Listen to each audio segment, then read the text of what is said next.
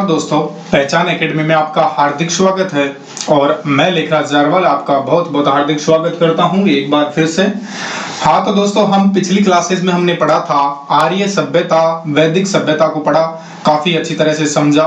सिंधु घाटी सभ्यता के बाद में वैदिक सभ्यता को पढ़ा और वैदिक सभ्यता के उत्तरोत्तर काल में जहां हम ऋग्वैदिक काल को पढ़ते हैं, उत्तर वैदिक काल को पढ़ते हैं, तो उस 6th BC टाइम पीरियड की ही ये सारी कहानी है जहां से प्राचीन इतिहास का पूरा रिलेट है होता है, पूरा संबंध मिलता है वहीं से देखने को।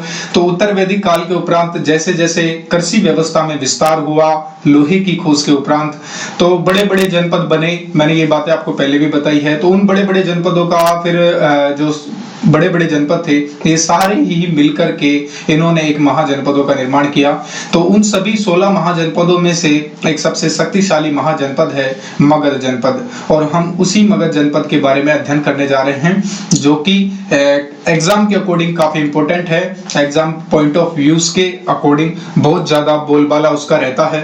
एग्जाम्स के अंदर भी कई बार क्वेश्चन से उसे पूछ लिए जाते हैं। ठीक है दोस्तों, तो बिना टाइम लगाए हुए क्लास को स्टार्ट करते हैं। हमारा सिर्फ एक ही चीज पर फोकस है, हमें समय बर्बाद नहीं करना है, चीजों को काफी अच्छी तरीके से समझना है। तो आज की इस क्लास में आपको देखो ऐसा है, मेरी वीडियोस के ऊपर मुझे पता है व्यूज भी नहीं आ रहे हैं, सब्सक्राइबर्स भी नहीं हो रहे हैं और मेरे को कोई फॉलो लाइक वगैरह भी ज्यादा सिस्टम नहीं चल पा रहा है, लेकिन फिर भी देखिए आप, मैं फिर भी हिस्ट्री पूरा पढ़ाने का प्रयास कर रहा हूं क्योंकि मेरे को विश्वास है, मुझे विश्वास है इस चीज का कि कहीं ना कहीं ये आज नहीं तो कल आपको वीडियोस अच्छी लगेंगी, मेरी क्लासेस अच्छी लगेंगी, क्योंकि मैं पढ़ाने के प्रति पूरी तरह से कृतज्ञ हूं और कर्तव्यनिष्ठ हूं। तो मुझे कहीं पर भी ऐसा नहीं लगता है कि ये मेरी मेहनत बेकार जाएगी, मेरी मेहनत जरूर रंग लाएगी। तो दोस्तों, आप उसी मुहिम को जारी रखने के लिए कृपया करके सपोर्ट कीजिए, चैनल को सब्सक्राइब कीजिए, लाइक कीजिए, शेयर कीजिए, ये आपका कर्तव्य बनता है। लेकिन देखो दोस्तों, इसको इग्नोर करने से कुछ नहीं होगा, आपको सपोर्ट करना ही पड़ेगा। जितना आप सपोर्ट करेंगे उतना ही सपोर्ट से हम आगे बढ़ेंगे, क्योंकि मैंने देखा है मेरी वीडियोस पे ज्यादा रिव्यूज नहीं मिल पा रहे हैं, लेकिन कोई बात नहीं, जैसा चल रहा है वैसा ठीक है। मैं ये चाहता हूं कि आपका कोई भी स्टूडेंट अगर देखता है तो उसका एक बार रिवीजन जरूर हो जाए। अगर उसे वो चीजें भी आती हैं वो भी अच्छी बात है, अगर नहीं भी आती हैं तो नए तौर पर अगर वो साधारण आम बोलचाल भाषा में सीखना चाहे तो वह भी इन चीजों को समझ सकता है, सीख सकता है और आसानी से याद कर सकता है। उसकी हेल्प हो जाएगी, आप लोगों की हेल्प हो जाएगी, एग्जाम में कहीं नहीं अटकोगे अगर चीजों को बारीकियों से समझोगे, जैसा मैं समझाने की कोशिश करता रहा हूं। ठीक है, इसके अलावा आप बहुत सारी बुक्स पढ़ते हैं, जैसे मैंने आपको बुक्स बताई थी, आपके राइटर हैं रामशरण शर्मा के बारे में आपने पढ़ा था, रामशरण शर्मा जी हैं, तो उनकी बुक चलती है यूपीएससी लेवल पे, काफी अच्छी बुक है, काफी फेमस प्रसिद्ध बुक है। तो उस बुक से भी मैं पढ़ता हूं और उसी बुक से आपको डाटा प्रोवाइड करवाता हूं। इसके अलावा और भी कई सारी बुक्स हैं, 2-3 बुक्स हैं। आपके लुसेंट की है जो सामान्य बुक है, वहां से भी बहुत सारे क्वेश्चंस देखने को मिलते हैं एग्जाम के अंदर, लेकिन जो डीपली जो क्वेश्चंस पूछे जाते हैं वो 4-5 बुक्स का मिश्रण होता है कहीं ना कहीं से, तो तब जाके वो हमें ऐसा लगता है कि एग्जाम में ये क्वेश्चन कहीं बाहर से आया है या अलग एग्जामिनर ने घुमा के पूछा है, लेकिन वो अगर आप इसको विस्तृत रूप से पढ़ेंगे तो वो कहीं भी नहीं लगेगा कि वो एग्जाम से बाहर से है या फिर आपके सिलेबस से बाहर से है या फिर वो क्वेश्चन कहीं से ऐसे ही बनाकर दे दिया है। ठीक है ना, तो कहीं भी इसको मुश्किल समझने की जरूरत नहीं है, आसानी से समझें और बड़े प्यार के साथ में पढ़ते हैं। ठीक है, स्टार्ट करते हैं हमारी क्लास को। हमारा 3 मिनट का टाइम वैसे ही गुजर चुका है और अब हम स्टार्ट करने जा रहे हैं अपनी आज की क्लास। ठीक है दोस्तों, मैं थोड़ा लाउडली बोलूंगा ताकि आपको चीजें या आवाज है जो थोड़ी ज्यादा समझ में आ जाए। लॉकडाउन के इस दौर में क्या है पता है, यूट्यूब ने भी अपनी जो वॉइस सिस्टम है उसको भी कम कर रखा है, तो उस वजह से भी हमें प्रॉब्लम हो सकती है। इस वजह से मैं थोड़ा लाउडली आपको बोलकर बताऊंगा। तो दोस्तों, जैसा कि मैं आपको बताने जा रहा हूं, आज की इस क्लास में हम पढ़ने जा रहे हैं मगध का उत्कर्ष। क्या पढ़ेंगे?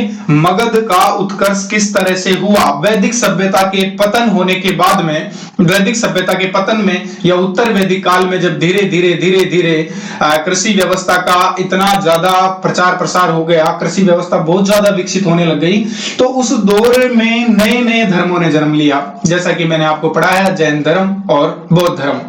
जैन धर्म बौद्ध धर्म के बाद में उसी टाइम पीरियड में उन्हीं के समकालीन धीरे धीरे जो जनपद थे, छोटे छोटे जन थे, छोटे छोटे कबीले थे, वो जनपदों के रूप में इकट्ठा होने लगे और वो कबीले, वो जनपद, सॉरी वो जो जन थे, वो जनपद थे, वो सब बढ़ करके एक बड़े बड़े महाजनपदों में रूपांतरित हो गए। तो यही बात हम देखने जा रहे हैं। आज की इस क्लास में हम चर्चा करेंगे 16 महाजनपदों की। किनकी चर्चा करने जा रहे हैं? 16 महाजनपद। उन्हीं के बारे में हमें पूरी तरह से डेडिकेट रहना है और फोकस रहना है। ठीक है, फोकस करना है आपको उन्हीं 16 महाजनपदों के बारे में। तो दोस्तों मैंने यहाँ पहले ही लिखा हुआ है, ये आपका एक ढांचा है, एक फॉर्म है मगध का उत्कर्ष को समझने का। ठीक है, मैं आपको बात बता देता हूं मगध के बारे में कि मगध क्या था। मगध क्या था? मगध राज्य वह राज्य था जो कि 16 महाजनपदों में, 16 महाजनपदों में, कितने महाजनपद हैं? 16 महाजनपदों में। मैंने आपको लिस्ट भी पढ़ाई थी, याद होगा। ठीक है, सारे महाजनपद एक से एक समझाए थे पूरी लिस्ट के माध्यम से, उनसे रिलेटेड मुख्य बिंदुओं को भी हमने वहां पर देखा था। तो अब हम देख रहे हैं कि कितने जनपद थे? 16 महाजनपद।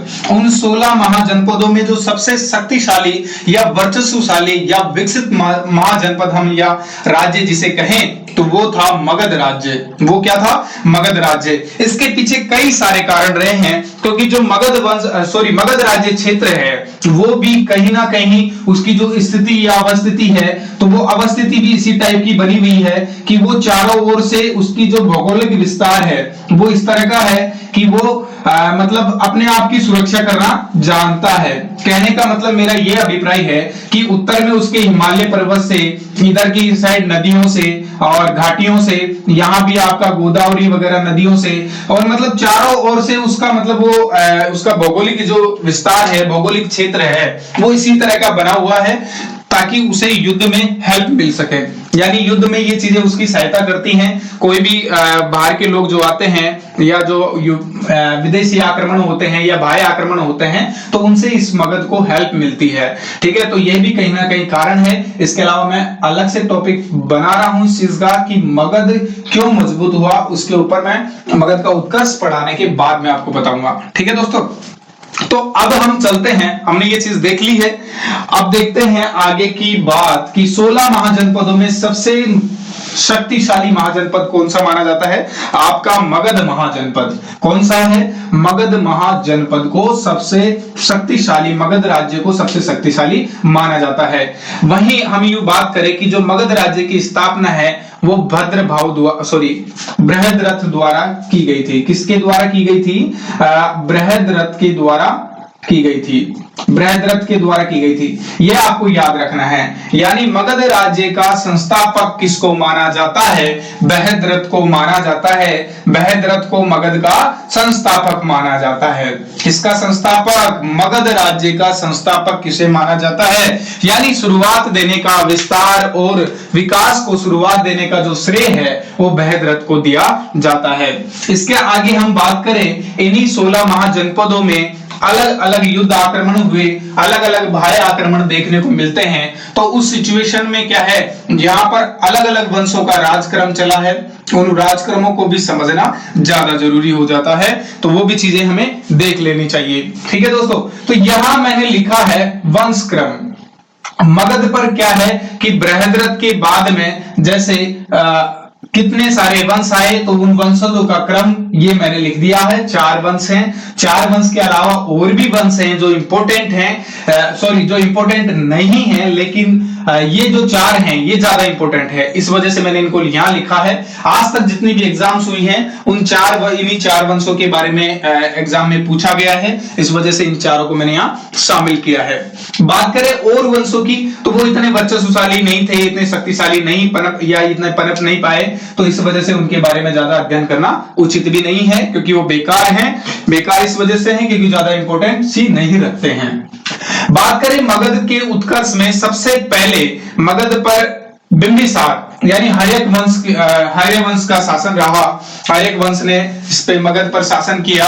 तो हर्य वंश का लगभग है जो 52 से लेकर के यानी लगभग 100 वर्षों तक इसका शासन चला था। ठीक है, मैं उसको आपको बता देता हूं डेट कैटेगराइज करके। उसके अलावा देखते हैं सबसे पहले हर्यक वंश, तो हर्यक वंश की जो मगध पर है बिंबिसार ने स्थापना की थी। किसने स्थापना की थी? बिंबिसार ने। किसने स्थापना की है? बिंबिसार ने हर्यक वंश की स्थापना की है। तो मैंने यहां देखो लिखा है, आपको स्पष्ट करने के लिए लिखा है इन चीजों को कि हर्यक वंश में कौन कौन से शासक थे जो कि शक्तिशाली रहे हैं। बिंबिसार का बेटा अजातशत्रु का बेटा उदयन, ठीक है, इनकी कहानी भी पढ़ेंगे हम। बाद में दूसरा वंश आता है उदयन के बाद में, ज्यादा उदयन इंपॉर्टेंट नहीं रहा। उसके बाद में शिशुनाग वंश की स्थापना शिशुनाग द्वारा की जाती है। फिर कालाशोक जो कि शिशुनाग की दूसरी वाइफ का पुत्र था, वो कालाशोक, ठीक है, चेलना जो कि इनकी सेकंड वाइफ थी शिशुनाग जी की, आपको एक बात और बता देता हूं मैं, वो अजातशत्रु था भैया। बिंबिसार की 3 वाइफ थी ना, उसमें से द्वितीय वाइफ का जो पुत्र था वो कौन था? अजातशत्रु था, जबकि कालाशोक नहीं था। शिशुनाग का पुत्र कालाशोक नंदीवर्धन, ठीक है। फिर नंदीवर्धन के बाद में महापद्मनंद ने इस नंद वंश की स्थापना की मगध में, और फिर महापद्मनंद और घनानंद नंद वंश का अंतिम शासक माना जाता है। मौर्य वंश की स्थापना हुई, फिर चंद्रगुप्त मौर्य ने की, और उसके बाद में बिंदुसार, अशोक और बृहद्रथ, ये चीजें हम क्लासेस में देखेंगे, ठीक है दोस्तों। अब हम क्या है कि यहां मैंने ये चारों वंश लिखे हैं, चारों ही वंशों में आपको यहां क्रम समझ में आएगा। ये क्रम भी इंपॉर्टेंट है, कई बार आपको मिलान से संबंधित जो एग्जाम्स में क्वेश्चन आते हैं वहां पूछ लिया जाता है कि दोस्तों इसको मिलाइए, तो इसमें क्या है? हर्यक वंश, ठीक है, उसमें क्या क्रम पूछ लिया जाता है, जैसे चारों क्रमों के नाम दे देगा इस तरीके से उल्टा पुल्टा करके आगे पीछे लिख करके बिना डेट को कैटेगराइज किए हुए, और फिर आपसे बोलेगा कि इसको डेट कैटेगराइज कीजिए या इसका जो सही क्रम है उसमें इसको व्यवस्थित कीजिए, तो वो इस तरह से पूछ लिया जा सकता है। तो ये आपको याद रखना चाहिए कि मगध पर जो उत्कर्ष हुआ है किन किन वंशों का किस क्रम में हुआ है, किन वंशों का किस क्रम में हुआ है, ये आपको याद होना चाहिए। जैसे मैं बात करूं हर्यक वंश की, सबसे पहले दूसरे नंबर पे शिशुनाग वंश, तीसरे वंश पर आपका नंद वंश, चौथे नंबर पर है आपका मौर्य वंश, जो कि यहां पर मगध राजवंश में, मगध राज्य में सबसे इंपोर्टेंसी रखता है। सबसे ज्यादा इंपोर्टेंसी कौन रखता है? मौर्य वंश रखता है। यहां पर आपको हर्यक वंश की स्थापना किसने की? बिंबिसार ने की है। शिशुनाग वंश की स्थापना किसने की है? शिशुनाग जी ने की है। और नंद वंश की स्थापना किसने की है? महापद्मनंद ने की है। नंद वंश की स्थापना किसने की है? महापद्मनंद ने की है।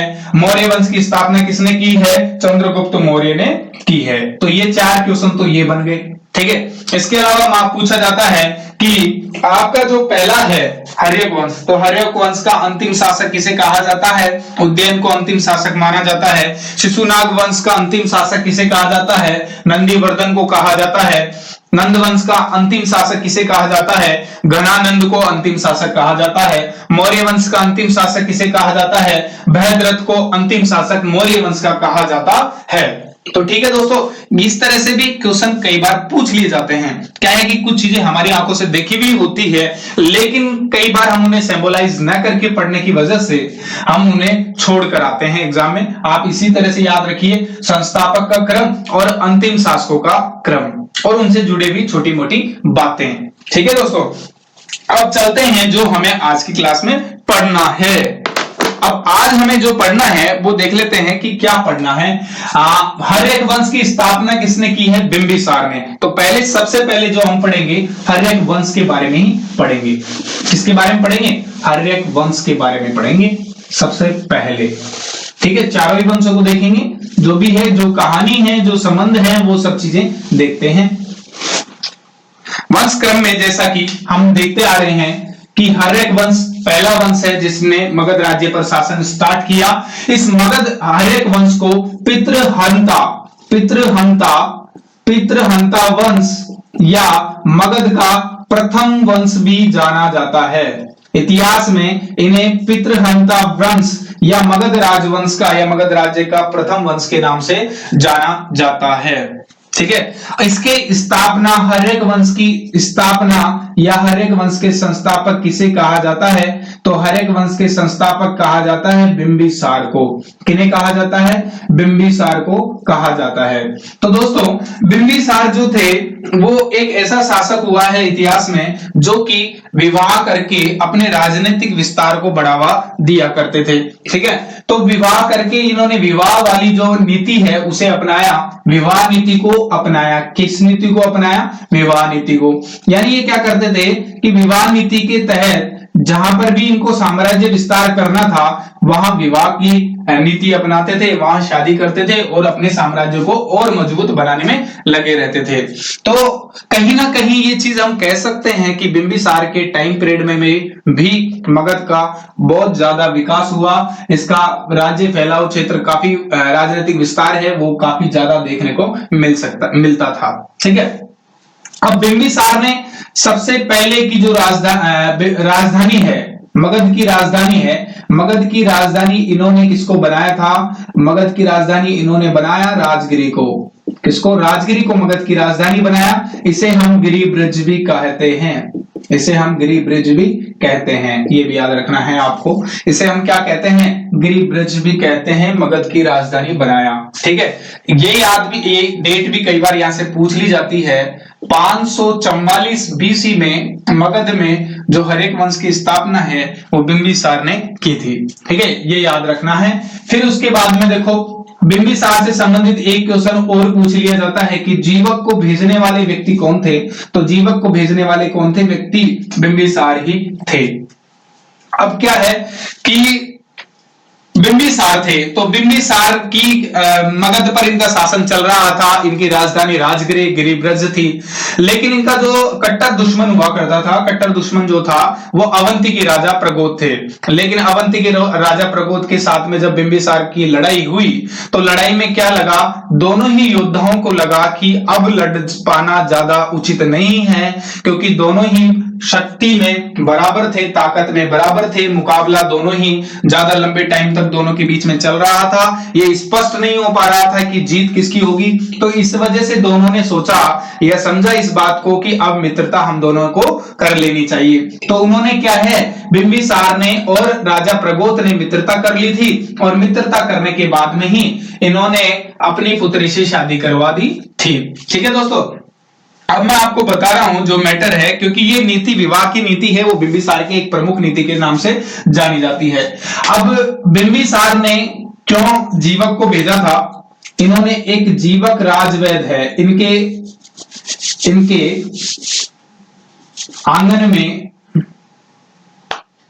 या इनके राजघराने के अंदर कौन हुआ करते थे? एक जीवक राजवैद हुआ करते थे। उनका क्या नाम था? राजवैद का क्या नाम था? जीवक नाम था। ये भी आपको याद रखना है। तो इन्होंने क्या है, इस जीवक नाम के राजवैद को महात्मा बुद्ध के अंतिम टाइम पीरियड में उनकी सेवा के लिए भी भेजा था। किसने भेजा था? बिंबिसार ने भेजा था। ये महात्मा बुद्ध के समकालीन भी माने जाते हैं, महात्मा बुद्ध के समकालीन माने जाते हैं बिंबिसार।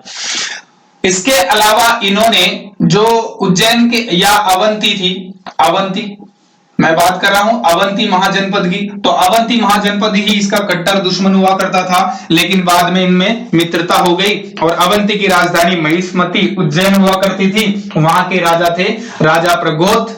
तो राजा प्रगोत की जो अंतिम एज चल रही थी, तो अवंती के राजा जो प्रगोत थे, तो राजा प्रगोत की सेवा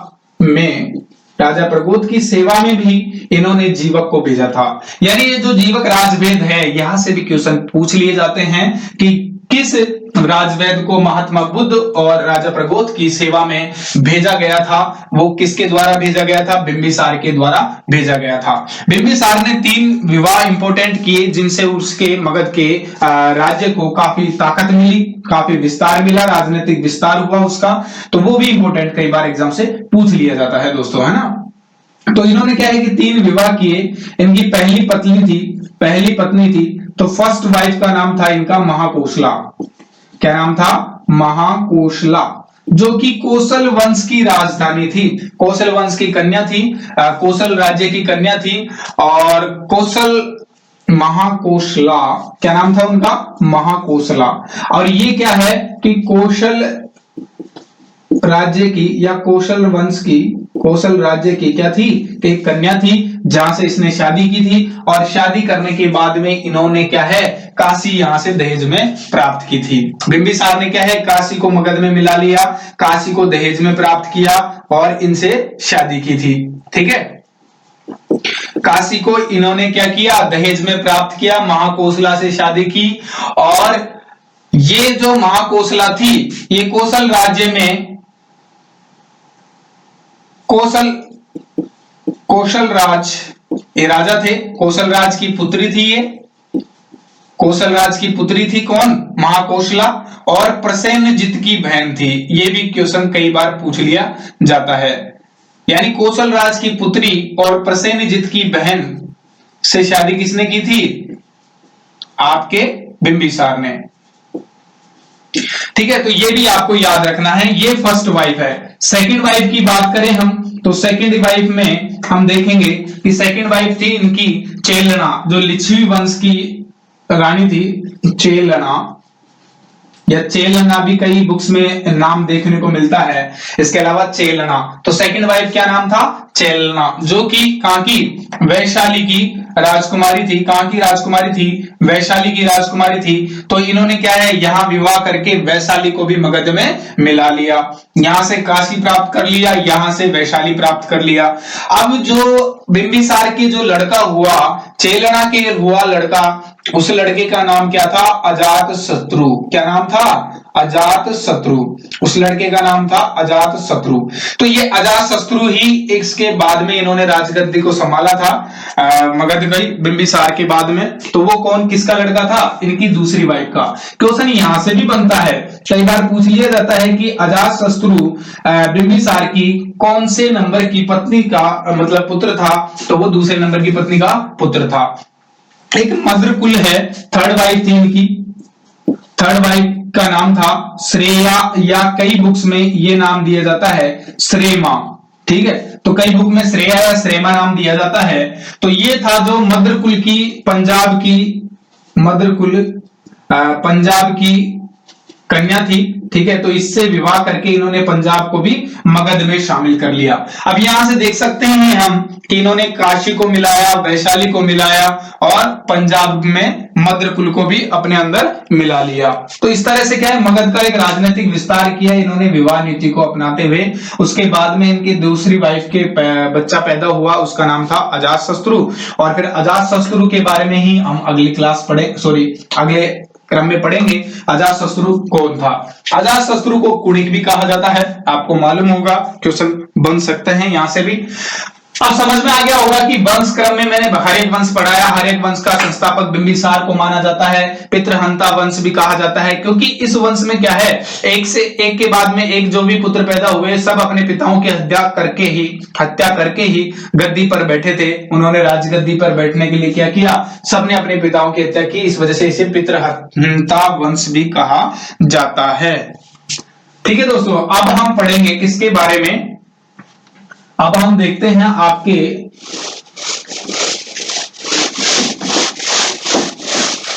चेलना जो रानी थी, वैशाली की रानी चेलना, लड़की कन्या चेलना।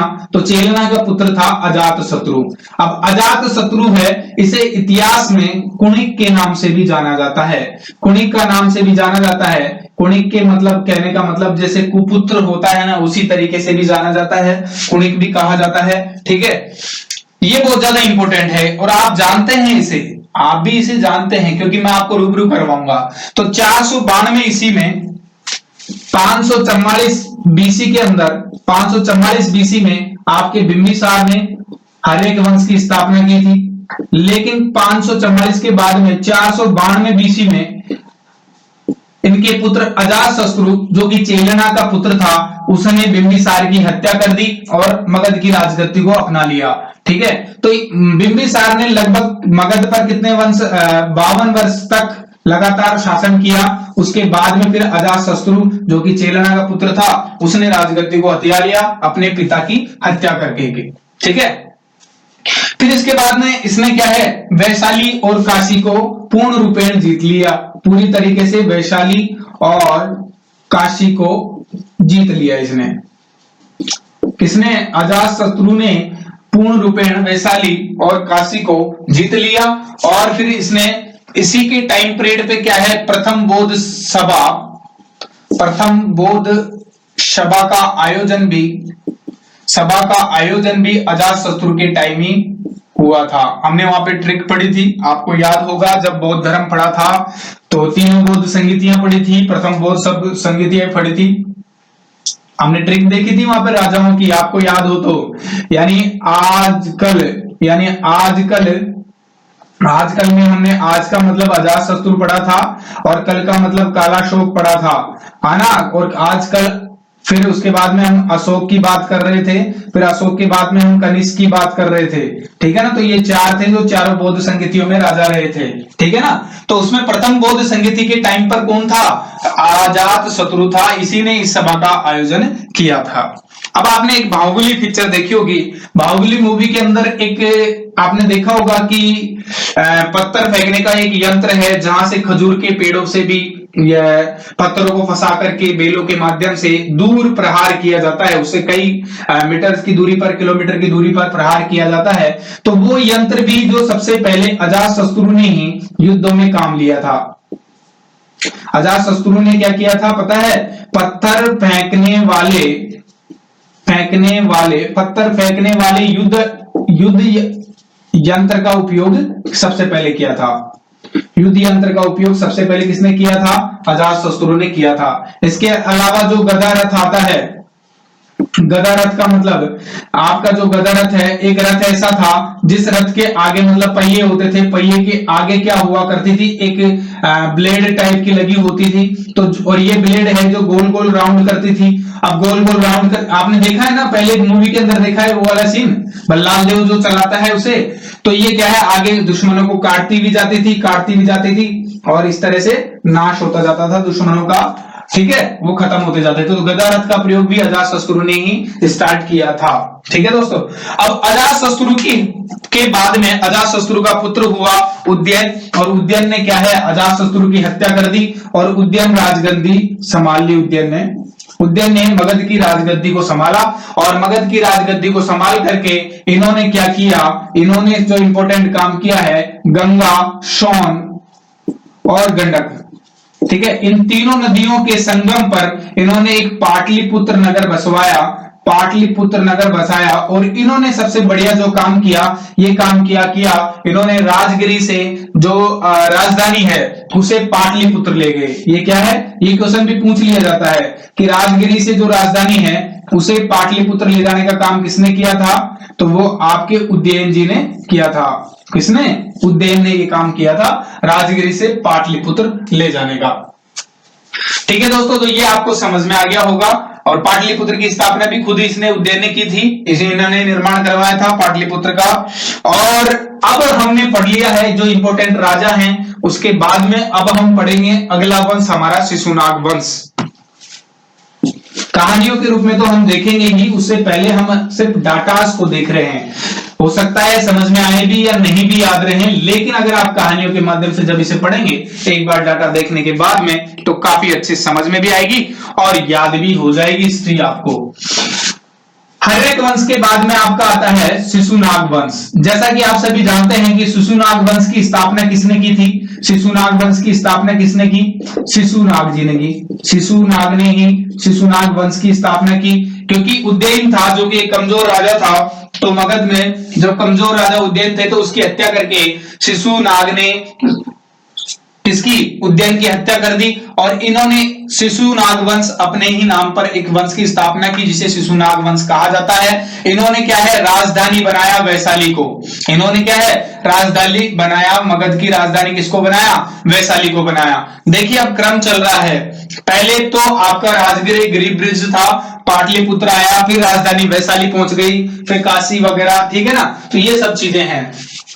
अब शिशुनाग वंश ने ही शिशुनाग वंश की स्थापना शिशुनाग ने की थी और इस राजधानी इसने वैशाली को बनाया था और इसने ही युद्धों के माध्यम से बड़े स्तर पर जीवन संघर्ष करते हुए अवंती जो कि सबसे बड़ी टेढ़ी खीर थी उसे क्या किया, अपने मगध में शामिल कर लिया। मगध राज्य में शामिल किसने किया, अवंती को, तो वो किया था शिशुनाग ने किया था। फिर उसके बाद में शिशुनाग के पुत्र हुए कालाशोक। क्या नाम था, कालाशोक। आप जानते हैं आजकल अशोक, तो मैंने वो ट्रिक्स बताई थी, तो यहां से भी हम याद कर सकते हैं। कालाशोक के टाइम पीरियड में ही हमको ये देखने को मिलता है कि जो द्वितीय बौद्ध संगीति है, द्वितीय बौद्ध सभा है, तो द्वितीय बौद्ध सभा का आयोजन कब हुआ, तो द्वितीय बौद्ध सभा का आयोजन भी कब हुआ था, कालाशोक के टाइम पीरियड में ही हुआ था। ठीक है, और कालाशोक ने सबसे इंपॉर्टेंट काम किया कि इन्होंने क्या है, ये वापस वैशाली से राजधानी को कहां ले गए, पाटलिपुत्र ले गए। यानी एक भी आदमी राजधानी को रुकने नहीं दे रहा है। ठीक है, अपना अपना रूपांतरण कर रहा है अपने हिसाब से। तो इन्होंने क्या है, मगध की राजधानी को वैशाली से लेकर के पाटलिपुत्र ले गए। फिर उसके बाद में इस वंश का अंतिम शासक आता है नंदीवर्धन। क्या आता है, नंदीवर्धन अंतिम शासक आता है। ये भी आपको याद रखना है, ये एक बहुत कमजोर शासक हुआ अपने इतिहास में, और इन्हीं के राज्य में एक महापद्मन नाम के सेनापति हुआ करते थे, एक अच्छे पोस्ट पे हुआ करते थे। ठीक है ना, तो उन्होंने फिर क्या है, नंदीवर्धन की हत्या कर दी और उन्होंने नंदवंश की स्थापना कर दी। तो हमने दोनों वंश पढ़ लिए, शिशुनाग वंश, सॉरी हर्यक वंश, फिर शिशुनाग वंश। अब पढ़ेंगे हम नंदवंश, जो कि महापद्मनंद ने इसकी स्थापना की है। क्या देख रहे हैं, नंदवंश। अब नंदवंश के बारे में देखें तो नंदवंश की स्थापना किसने की, या संस्थापक किसको कहा जाता है, महापद्मनंद ने नंदवंश की स्थापना की थी। ठीक है, ये एकमात्र ऐसा मगध का प्रथम शासक कहा जाता है, या भारत का एक ऐसा प्रथम शासक जिसने, इसके बारे में इंपॉर्टेंट लाइन है, जिसने एक राट की उपाधि धारण की थी। तो एक राट की उपाधि धारण करने वाले जो व्यक्ति थे उनका क्या नाम था, महापद्मनंदम था। क्या नाम था, महापद्मनंदम था। और महापद्मनंदम को ही परशुराम जी का दूसरा अवतार माना जाता है। परशुराम का दूसरा अवतार माना जाता है, किसको, महापद्मनंदम को दूसरा अवतार माना जाता है परशुराम का। ठीक है, ये दो लाइनें हैं जो आपको याद रखनी है। उसके बाद में नंदवंश में और कई सारे राजा हुए, लेकिन उनमें एक शक्तिशाली प्रभाव देखने को नहीं मिला। महापद्मनंदम के बारे में कई सारी लाइनें हैं, वो आपको चलो ठीक है मैं बता ही देता हूं। तो महापद्मनंदम ने ही क्या है कि सबसे पहले कलिंग क्षेत्र को जीता था। इन्होंने क्या किया, कलिंग को जीता। वहां पर एक जैन भिक्षु हुआ करता था, जिनसेन। ठीक है, जिनसेन। तो इन जिनसेन को ये मगध लेकर आए, जहां इनकी डेड बॉडी को वहां से कलिंग जीतने के दौरान मगध में लाया और मगध में जाके इन्होंने उसकी डेड बॉडी को दफनाया था। ठीक है, तो कलिंग जीता था इन्होंने, और फिर कलिंग क्षेत्र के अंदर इन्होंने एक नहर खुदवाई थी।